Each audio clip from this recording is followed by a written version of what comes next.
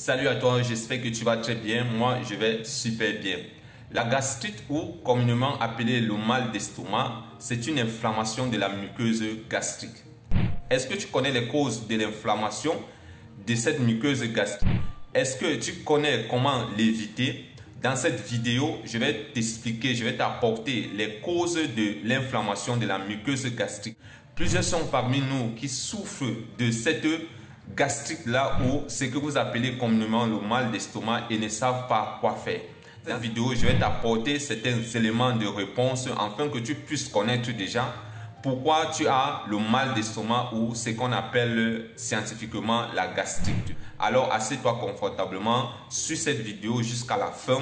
Premièrement, je te recommande de t'abonner à cette chaîne et d'activer la cloche de notification afin que tu ne puisses plus rater les vidéos que je vais partager dans cette plateforme qui vont t'apporter de la santé. Dans cette vidéo, je vais non seulement t'apporter des astuces, je vais également te présenter 9 types de gastrique, 9 types de mal d'estomac, t'apporter les traitements qu'il faut pour pouvoir remédier à ces mal d'estomac ou à ces gastriques-là, et éventuellement à la fin, je t'apporte des conseils qui vont te permettre de te protéger contre ces mal d'estomac et afin que tu puisses vivre en santé et vivre.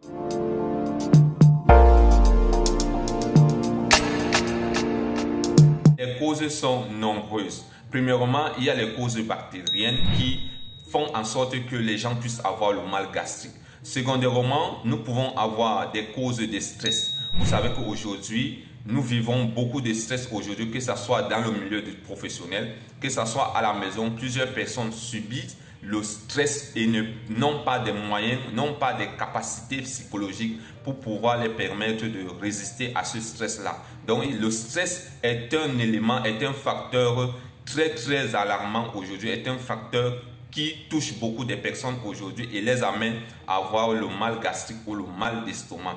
À côté de ça, il y a des personnes qui restent pendant longtemps affamées et cela peut les prédisposer à avoir le mal gastrique. Je pense également à ceux-là qui restent le plus longtemps dans le jeûne. Il ne faut pas rester longtemps dans le jeûne. Lorsque tu restes longtemps dans le jeûne, cela peut te prédisposer à avoir le mal gastrique. À côté de ça, il y a également des médicaments. Les médicaments peuvent vous prédisposer lorsque vous ne respectez pas les consignes des médecins ou des professionnels de la santé. Certains médicaments peuvent vous amener à avoir le mal gastrique ou le mal d'estomac. Alors, quels sont ces médicaments? Nous pouvons avoir les antibiotiques qui peuvent vous produire. Il y a certains antibiotiques qui peuvent vous prédisposer à avoir le mal gastrique. Et il y a également les anti-inflammatoires qu'on prend à tort et à travers. Lorsque vous avez une petite inflammation ou lorsque vous avez une douleur, plusieurs personnes se lancent à prendre les anti-inflammatoires à l'instar peut-être du diclofénac et de l'ibuprofène. Cela peut vous amener à avoir le mal gastrique. Maintenant, je vais vous présenter les 9 types de gastrique ou les 9 types de mal d'estomac que vous pouvez avoir et qui sont rattachés directement aux causes que je viens de citer tout à l'heure. Premier mal d'estomac, nous avons la gastrite érosive, causée généralement par ceux qui prennent exagérément de l'alcool, ceux qui subissent le stress permanemment et ceux-là qui prennent des produits irritants comme des médicaments qui peuvent les prédisposer à avoir le mal gastrique, et ceux-là qui prennent les anti-inflammatoires à tort et à travers. Comme produits irritants également, ceux qui consomment beaucoup de piment peuvent les permettre d'avoir une gastrite érosive.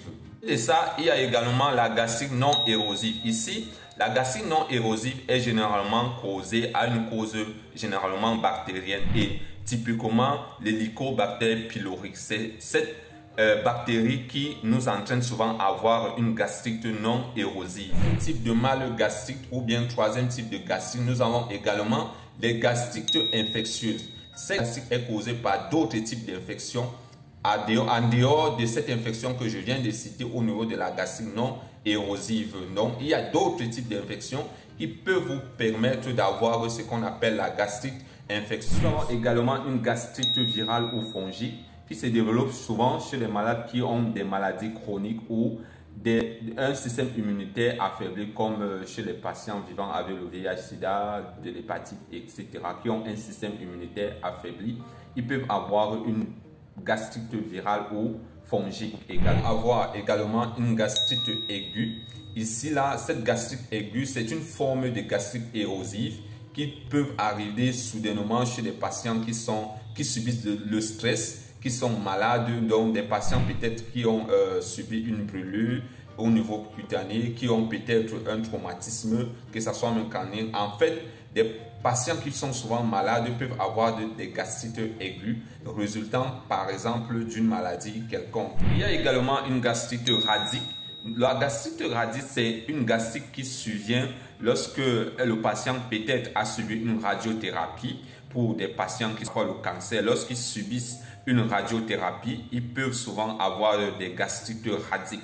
Ça s'appelle les gastrites radiques. Avoir également une gastrite post-gastrectomie. C'est une gastrite qui survient lors d'une opération chirurgicale. Lorsqu'on a opéré une partie de l'estomac, il peut arriver que après cette opération, le patient peut souffrir d'une gastrite. On va appeler cela une gastrite post-gastrectomie. Un type de mal d'estomac ou de gastrite. Nous pouvons avoir également une gastrite atrophiée. Cette gastrite se manifeste souvent chez des patients qui ont un amincissement de la muqueuse gastrique, c'est-à-dire qu'au niveau de la muqueuse gastrique, elle devient très petite et ce qui fait en sorte qu'elle ne peut plus sécréter de l'acide et des enzymes pour favoriser non seulement la protection de la muqueuse gastrique et deuxièmement pouvoir transformer les aliments. Enfin, nous pouvons avoir une gastrite ésinophile. Cette gastrite ésinophile, cela survient le plus souvent lorsque le patient est allergique ou bien lorsque la personne est allergique à certaines substances, que ce soit irritantes, que ce soit des antibiotiques, que ce soit des infections. Lorsque le patient ici là est allergique à certaines choses, ce patient peut avoir une gastrite ésinophile. Donc voilà les 9 types de gastrite que nous pouvons avoir dans notre vie. Dans la plupart des cas, il n'y a pas souvent de symptômes. Donc, on va dire cela, c'est souvent asymptomatique. Donc, on souffre, il n'y a pas de symptômes. Mais deuxièmement, il y a une catégorie de personnes, lorsque cela commence un peu à s'aggraver, des symptômes commencent à apparaître. Voilà quelques symptômes qui commencent à apparaître. Nous pouvons avoir des brûlures thoraciques, nous pouvons avoir une douleur au niveau du thorax, parfois irradiant au niveau du dos. Nous pouvons avoir également des nausées, des vomissements. Voilà quelques symptômes qui se manifestent lorsque une gastrite ou lorsqu'un mal d'estomac est en train de se manifester. Quelles sont les complications qui peuvent survenir si nous ne prenons pas garde ou si nous n'amorçons pas un traitement efficace? Les complications qui peuvent arriver, c'est que l'estomac peut se retrouver en train de saigner. Vous pouvez avoir l'ulcère gastrique si vous ne prenez pas votre traitement, si vous n'amorcez pas un traitement. En ce qui concerne le traitement va s'articuler sur 3 axes. Le premier axe, c'est vous donner des médicaments qui vont vous permettre d'arrêter la sécrétion d'acide ou de vous donner des remèdes qui vont vous permettre de diluer l'acide. C'est ça qu'on appelle les antiacides, soit de diluer de l'acide. Le deuxième axe, c'est de vous donner des antibiotiques. Si vous avez une gastrite infectieuse, c'est vous donner des antibiotiques afin que ces antibiotiques puissent aller tuer le microbe. Ou troisième axe, s'il y a des complications, on va traiter. Si peut-être votre estomac saigne, on va vous donner des médicaments qui vont vous permettre d'arrêter le saignement. Voilà les 3 axes de traitement. Donc, il y a le traitement sur les antiacides, il y a le traitement comme des antibiotiques et les traitements pour pouvoir atténuer les complications. Quels sont les conseils qu'on peut vous partager, on peut vous donner afin que vous ne puissiez pas avoir le mal gastrique? Évidemment, pour ceux qui n'ont pas encore eu le mal gastrique ou pour ceux qui n'ont pas encore eu la gastrite, quel est le conseil que je m'en vais leur donner? Le conseil que je m'en vais leur donner, c'est bien s'hydrater. Il faut boire constamment de l'eau, premièrement. Deuxièmement, il faut éviter de rester longtemps à jeûne, longtemps sans manger. Ce n'est pas bien pour votre estomac. Deuxièmement, évitez les aliments irritants comme le piment, comme les aliments trop de friture. Évitez respectez les conseils qu'on vous donne souvent lorsque vous devez prendre des médicaments. Ne pas prendre des médicaments à jeûne si et seulement si on ne vous a pas recommandé cela. Évidemment, pour ceux qui ont déjà le mal gastrique, quel est le conseil que je m'en vais leur donner? Le conseil que je m'en vais leur donner, c'est de respecter précédemment déjà les conseils que je viens de donner pour ceux qui n'ont pas encore le mal gastrique. Et deuxièmement, c'est d'être suivi par un gastro-entérologue. C'est le spécialiste qui va vous donner des conseils, qui va traiter votre mal gastrique pour que ce mal gastrique ne puisse plus vous déranger.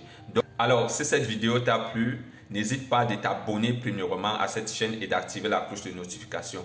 Plusieurs sont des personnes, des millions de personnes qui regardent mes vidéos, mais ne prennent pas le temps de s'abonner. Je vous en prie vraiment. Cherchez à vous abonner à cette chaîne et activer la cloche de notification afin que vous ne puissiez plus manquer les contenus que je partage sur cette plateforme appelée Santé Live. Santé Live, c'est une chaîne, c'est une agence qui fait de la promotion de la santé, qui va vous parler de la santé, qui va vous permettre de retrouver votre santé pour une longue durée. Quand je vous retrouve pour une autre prochaine vidéo, bye bye, ciao.